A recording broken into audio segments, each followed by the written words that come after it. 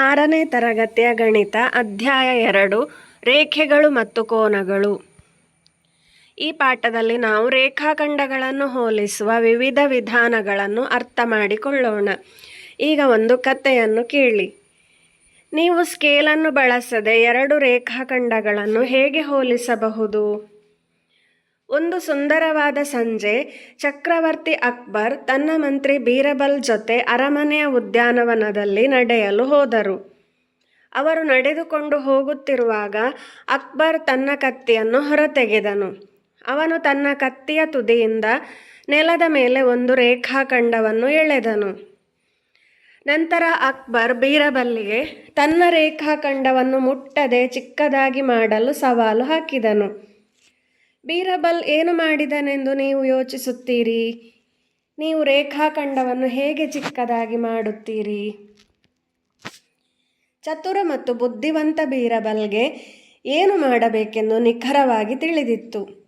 ಅವನು ತನ್ನ ಕತ್ತಿಯನ್ನು ಹೊರತೆಗೆದು ರಾಜ ಎಳೆದ ರೇಖೆಯ ಪಕ್ಕದಲ್ಲಿ ಮತ್ತೊಂದು ರೇಖಾಖಂಡವನ್ನು ಎಳೆದನು. ಯಾರ ರೇಖಾಖಂಡವು ಉದ್ದವಾಗಿತ್ತು? ಬೀರಬಲ್ನ ರೇಖಾಖಂಡವು ಉದ್ದವಾಗಿತ್ತು. ಹೀಗೆ ಮಾಡುವುದರ ಮೂಲಕ ಅಕ್ಬರ್ ಎಳೆದ ರೇಖಾಖಂಡವು ತಾನು ಎಳೆದ ರೇಖಾಖಂಡಕ್ಕಿಂತ ಚಿಕ್ಕದಾಗಿದೆ ಎಂದು ಬೀರಬಲ್ ತೋರಿಸಿದನು. ಇಂದಿನ ಪಾಠದಲ್ಲಿ ನಾವು ರೇಖಾಖಂಡಗಳನ್ನು ಹೋಲಿಸುವ ವಿಭಿನ್ನ ವಿಧಾನಗಳನ್ನು ನೋಡಲಿದ್ದೇವೆ. ವೀಕ್ಷಣೆ. ಕಥೆಯನ್ನು ನೆನಪಿಸಿಕೊಳ್ಳಿ. ಬೀರಬಲ್ನ ರೇಖಾಖಂಡವು ಅಕ್ಬರ್ನ ರೇಖಾಖಂಡಕ್ಕಿಂತ ಉದ್ದವಾಗಿದೆ ಎಂದು ಅವುಗಳನ್ನು ನೋಡುವ ಮೂಲಕ ನಾವು ಹೇಳಬಹುದು. ಇದನ್ನು ವೀಕ್ಷಣೆಯ ಮೂಲಕ ಹೋಲಿಕೆ ಎಂದು ಕರೆಯಲಾಗುತ್ತದೆ. ಈ ಪ್ರತಿಯೊಂದು ಜೋಡಿ ರೇಖಾಖಂಡಗಳಲ್ಲಿ ಯಾವ ರೇಖಾಖಂಡವು ಉದ್ದವಾಗಿದೆ? ವೀಕ್ಷಣೆಯ ಮೂಲಕ ಹೋಲಿಕೆ ಮಾಡಿ. ಇಲ್ಲಿ AB, XY ಹಾಗೂ MN ರೇಖಾಖಂಡಗಳು ಉದ್ದವಾಗಿದೆ. ಈಗ ನಿರ್ದಿಷ್ಟ ರೇಖಾಖಂಡಗಳ ಗುಂಪಿನಲ್ಲಿ ಯಾವುದು ಉದ್ದವಾಗಿದೆ ಅಥವಾ ಚಿಕ್ಕವಾಗಿದೆ ಎಂಬುದನ್ನು ನಾವು ಯಾವಾಗಲೂ ವೀಕ್ಷಣೆಯ ಮೂಲಕ ಹೇಳಬಹುದೇ? ಇದು ಉತ್ತಮ ವಿಧಾನವೇ? ಆಲೋಚಿಸಿ ನೋಡಿ. ಈ ಚಿತ್ರದಲ್ಲಿ ಯಾವ ರೇಖಾಖಂಡ ಚಿಕ್ಕದಾಗಿದೆ ಎಂದು ಹೇಳಬಹುದೇ? ಈ ಚಿತ್ರದಲ್ಲಿ ಯಾವುದು ಉದ್ದವಾಗಿದೆ? ನೋಡಿ, 1ನೇ ಚಿತ್ರದಲ್ಲಿ AB ಮತ್ತು CDಗಳು ಸಮಾನ ಉದ್ದವನ್ನು ಹೊಂದಿವೆ.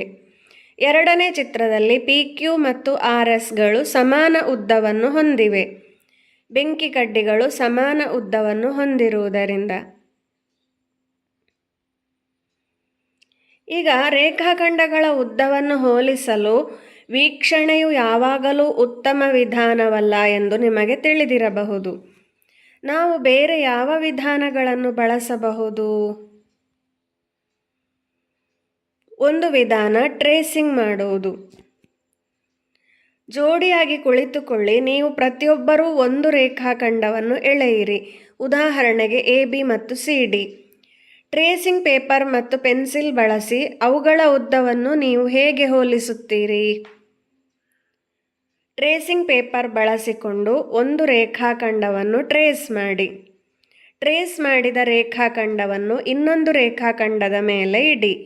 ಈಗ 2 ರೇಖಾಖಂಡಗಳನ್ನು ಹೋಲಿಸಿ. 2ನೇ ವಿಧಾನ ದಾರವನ್ನು ಬಳಸುವುದು. ಒಂದು ರೇಖಾಖಂಡದ ಉದ್ದವನ್ನು ದಾರದಲ್ಲಿ ಅಳತೆ ಮಾಡಿ, ಗುರುತು ಮಾಡಿ. ಗುರುತಿಸಿದ ದಾರದ ಉದ್ದವನ್ನು ಇನ್ನೊಂದು ರೇಖಾಖಂಡದ ಮೇಲಿಟ್ಟು ನೋಡಿ. ನಂತರ 2 ರೇಖಾಖಂಡಗಳನ್ನು ಹೋಲಿಸಿ. ಮೊದಲಿನ ವಿಧಾನಗಳಲ್ಲಿ ಪ್ರತಿ ಬಾರಿ ರೇಖಾಖಂಡಗಳನ್ನು ಹೋಲಿಸಲು ಟ್ರೇಸ್ ಮಾಡುವುದು ಅಥವಾ ದಾರದಲ್ಲಿ ಅವುಗಳ ಉದ್ದವನ್ನು ಗುರುತಿಸುವುದು ಕಷ್ಟವಾಗುತ್ತದೆ. ಇದಲ್ಲದೆ ಆ ವಿಧಾನಗಳಲ್ಲಿ ಯಾವುದರಲ್ಲಿಯೂ ಒಂದು ರೇಖಾಖಂಡವು ಮತ್ತೊಂದಕ್ಕಿಂತ ಎಷ್ಟು ಹೆಚ್ಚು ಅಥವಾ ಎಷ್ಟು ಕಡಿಮೆ ಉದ್ದವಾಗಿದೆ ಎಂದು ಹೇಳಲು ಸಾಧ್ಯವಿಲ್ಲ. ಯಾವುದು ಉದ್ದವಿದೆ, ಯಾವುದು ಚಿಕ್ಕದಿದೆ ಎಂದು ಹೇಳಬಹುದು, ಆದರೆ ಎಷ್ಟು ಹೆಚ್ಚು ಉದ್ದವಿದೆ ಎಂದು ಹೇಳಲು ಸಾಧ್ಯವಾಗುವುದಿಲ್ಲ. ಅಳತೆ ಮಾಡುವ ಮೂಲಕ ರೇಖಾಖಂಡಗಳನ್ನು ನಾವು ಹೋಲಿಸಲು ಕಲಿಯೋಣ. ನಿಮ್ಮ ತರಗತಿಯಲ್ಲಿ ಅತ್ಯುತ್ತಮ ಲಾಂಗ್ ಜಂಪರ್ ಯಾರು? ಅವನು ಅಥವಾ ಅವಳು ಉಳಿದವರಿಗಿಂತ ಉತ್ತಮರೇ? ನೀವು ಅದನ್ನು ಹೇಗೆ ತಿಳಿದುಕೊಳ್ಳಬಹುದು? ರೇಖಾಖಂಡಗಳ ಉದ್ದವನ್ನು ಅಳೆಯಲು ಮತ್ತು ಹೋಲಿಸಲು ಇವುಗಳನ್ನು ಬಳಸಿ. ಒಂದು ಸ್ಕೇಲ್, ವಿಭಾಜಕ ಮತ್ತು ಸ್ಕೇಲ್. ಈಗ ನೀವು ಜೋಡಿಗಳಲ್ಲಿ ಕುಳಿತುಕೊಳ್ಳಿ. ಯಾವುದೇ ಉದ್ದದ 2 ರೇಖಾಖಂಡಗಳನ್ನು ರಚಿಸಿ. ನಿಮ್ಮ ಪುಸ್ತಕಗಳನ್ನು ಪರಸ್ಪರ ಬದಲಾಯಿಸಿಕೊಳ್ಳಿ. ನಿಮ್ಮ ಜೊತೆಗಾರರು ರಚಿಸಿದ ರೇಖಾಖಂಡಗಳನ್ನು ಸ್ಕೇಲ್ ಬಳಸಿ ಅಳೆಯಿರಿ. 2 ಉದ್ದಗಳನ್ನು ಹೋಲಿಸಿ. ಯಾವ ರೇಖಾಖಂಡವು ಉದ್ದವಾಗಿದೆ ಮತ್ತು ಎಷ್ಟು ಹೆಚ್ಚು ಉದ್ದವಾಗಿದೆ ಎಂದು ಕಂಡುಹಿಡಿಯಿರಿ. ಎಷ್ಟು ಹೆಚ್ಚು ಉದ್ದವಾಗಿದೆ ಎಂದು ಕಂಡುಹಿಡಿಯಲು 2 ಉದ್ದಗಳ ವ್ಯತ್ಯಾಸವನ್ನು ಕಂಡುಹಿಡಿಯಿರಿ. ಎರಡನೇ ವಿಧಾನ, ವಿಭಾಜಕ ಮತ್ತು ಸ್ಕೇಲನ್ನು ಬಳಸುವುದು. ಜೋಡಿಗಳಲ್ಲಿ ಕುಳಿತುಕೊಳ್ಳಿ. ಯಾವುದೇ ಉದ್ದದ AB ಮತ್ತು CD ಎಂಬ 2 ರೇಖಾಖಂಡಗಳನ್ನು ರಚಿಸಿ. ನಿಮ್ಮ ಪುಸ್ತಕಗಳನ್ನು ಪರಸ್ಪರ ಬದಲಾಯಿಸಿಕೊಳ್ಳಿ. ಮುಂದಿನ ಸ್ಲೈಡ್ನಲ್ಲಿ ನೀಡಿರುವ ಹಂತಗಳನ್ನು ಅನುಸರಿಸಿ ನಿಮ್ಮ ಜೊತೆಗಾರರು ರಚಿಸಿದ ರೇಖಾಖಂಡಗಳನ್ನು ವಿಭಾಜಕ ಮತ್ತು ಸ್ಕೇಲನ್ನು ಬಳಸಿ ಅಳೆಯಿರಿ. 1ನೇ ಹಂತ, ರೇಖಾಖಂಡವನ್ನು, ಉದಾಹರಣೆಗೆ AB ರೇಖಾಖಂಡವನ್ನು ಆಯ್ಕೆ ಮಾಡಿ ವಿಭಾಜಕವನ್ನು ಬಳಸಿ ವಿಭಾಜಕವನ್ನು ತೆರೆದು ಅದರ ಒಂದು ತುದಿ A ಯಲ್ಲಿರಲಿ ಮತ್ತೊಂದು ತುದಿ B ಯಲ್ಲಿರಲಿ. ವಿಭಾಜಕದ ತೆರೆಯುವಿಕೆಗೆ ತೊಂದರೆಯಾಗದಂತೆ ನೋಡಿಕೊಳ್ಳಿ. ವಿಭಾಜಕವನ್ನು ಎತ್ತಿ ಸ್ಕೇಲ್ ಮೇಲೆ ಇರಿಸಿ.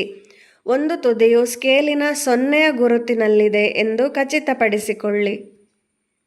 ಈಗ ಇನ್ನೊಂದು ತುದಿಯ ಎದುರಿನ ಗುರುತನ್ನು ನೋಡಿ. ಇದು ABಯ ಉದ್ದವನ್ನು ಸೆಂಟಿಮೀಟರ್ಗಳಲ್ಲಿ ಸೂಚಿಸುತ್ತದೆ. ಉದಾಹರಣೆಗೆ ಈ ಚಿತ್ರದಲ್ಲಿ ABಯ ಉದ್ದ 5 ಸೆಂಟಿಮೀಟರ್ ಆಗಿರುತ್ತದೆ. CDಯ ಉದ್ದವನ್ನು ಅಳೆಯಲು ಮೊದಲಿನ 3 ಹಂತಗಳನ್ನು ಪುನರಾವರ್ತಿಸಿ. ಈಗ ಇನ್ನೊಂದು ತುದಿಯ ಎದುರಿನ ಗುರುತನ್ನು ನೋಡಿ.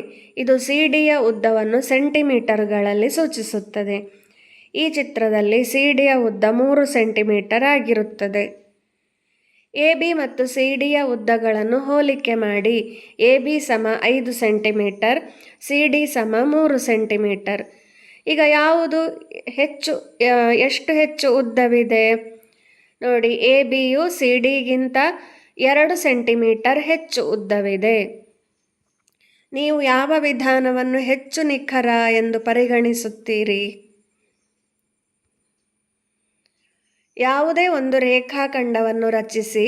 ಉದಾಹರಣೆಗೆ PQವಿನ ನಡುವಿನ ಯಾವುದೇ ಬಿಂದು R ಅನ್ನು ತೆಗೆದುಕೊಳ್ಳಿ. PR, RQ ಮತ್ತು PQಗಳ ಉದ್ದವನ್ನು ಅಳತೆ ಮಾಡಿ. ಕೆಳಗಿನವುಗಳಲ್ಲಿ ಯಾವುದು ಸರಿ? ಇಲ್ಲಿ PQ ಸಮ PR ಕೂಡಿಸು RQ ಆಗಿರುತ್ತದೆ.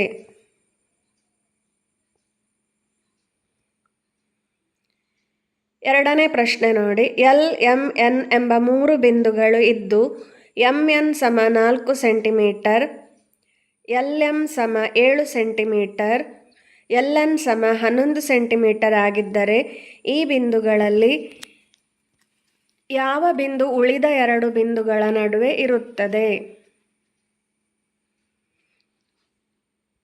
ಇಲ್ಲಿ M ಎಂಬ ಬಿಂದು ಉಳಿದ 2 ಬಿಂದುಗಳ ನಡುವೆ ಇರುತ್ತದೆ. ನೀವು ಈ ರೀತಿ ಚಿತ್ರ ಮಾಡಿದಾಗ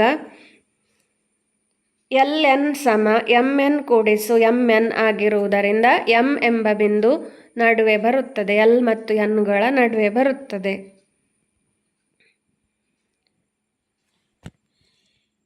ಎರಡನೇ ಪ್ರಶ್ನೆ, KLMN ಎಲ್ಲವೂ ಒಂದು ಸರಳ ರೇಖೆಯ ಮೇಲೆ ಇದ್ದಾಗ L KMನ ಮಧ್ಯಬಿಂದು, M LNನ ಮಧ್ಯಬಿಂದು ಆಗಿದ್ದರೆ KL ಸಮ MN ಎಂದು ಹೇಳಬಹುದೇ?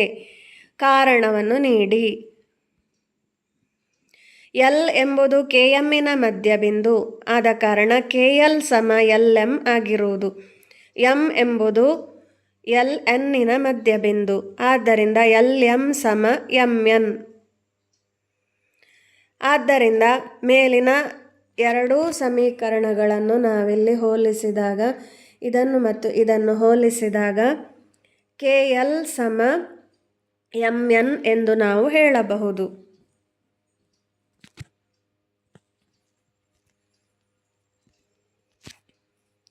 ನಿಮ್ಮ ಶಾಲೆಯಿಂದ ನಿಮ್ಮ ಮನೆಗೆ ಹೋಗುವ ಮಾರ್ಗ ನಕ್ಷೆಯನ್ನು ಬಿಡಿಸಿ.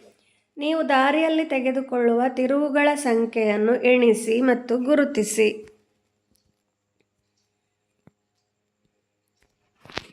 ಮುಂದಿನ ತರಗತಿಯಲ್ಲಿ ಭೇಟಿಯಾಗೋಣ. ಧನ್ಯವಾದಗಳು.